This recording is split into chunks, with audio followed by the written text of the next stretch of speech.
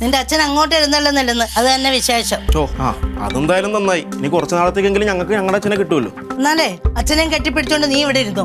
കുറഞ്ഞ ഒരു 10 വർഷം കൂടെങ്കിലും അവിടെ നിൽക്കാൻ വയ്യായിരുന്നു. എന്നാ ഇങ്ങോട്ട് എഴുന്നള്ളി വെക്കുന്നു. ഇത്രയൊക്കെ സമ്പാദിച്ചത് മതി. ആകെ പ്രായമായി വരികയാണ്. ഇത്രയും നാളെ നമ്മളെ പൊന്നുപോലെ തന്നെയല്ലേ അച്ഛൻ നോക്കിയത്. ഇനി കുറച്ച് നാള് അച്ഛനെ നമുക്ക് പൊന്നുപോലെ നോക്കാം. 24 മണിക്കൂർ നീ നോക്കൂ അച്ഛനെ.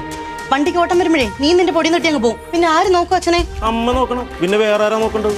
അയ്യോ, പിന്നെ ഈ വയസ്സാം കാലത്ത് എനിക്ക് തന്നെ നടക്കാൻ പറ്റില്ല. പിന്നെ എങ്ങാരെ എഴുന്നള്ളിച്ചോണ്ട് നടക്കുന്നത് എന്നെ കൊണ്ട് പറ്റത്തില്ല. എന്നെ ആരും നോക്കണ്ട. തിരിച്ചു പോകുന്നില്ലെന്നും പറഞ്ഞ് ഞാനിവിടെ കയറി അട്ടിപ്പേര് കിടക്കാനൊന്നും പോകുന്നില്ല. ഞാനേ ഒരു ടാക്സിയോ മറ്റോ എടുത്തിട്ട് ഇവിടെ ഓടിക്കോളാം. അയ്യേ, നീ ഇവിടെ കിടന്ന് ഓടാനോ? എന്നാ പിന്നെ അവിടെ കിടന്ന് അങ്ങ് ഓടിയാ പോരായിരുന്നോ? ഇതെന്തിനാ ഇങ്ങോട്ട് കെട്ടിയെടുത്തത്? അയ്യേ, എന്താണ് ടാക്സി ഓടിക്കലെന്താണ്? മോശമാണോ? അല്ല, നീയേ വണ്ടിഭ്രാന്തനായതുകൊണ്ട് നിനക്ക് പ്രശ്നമില്ല.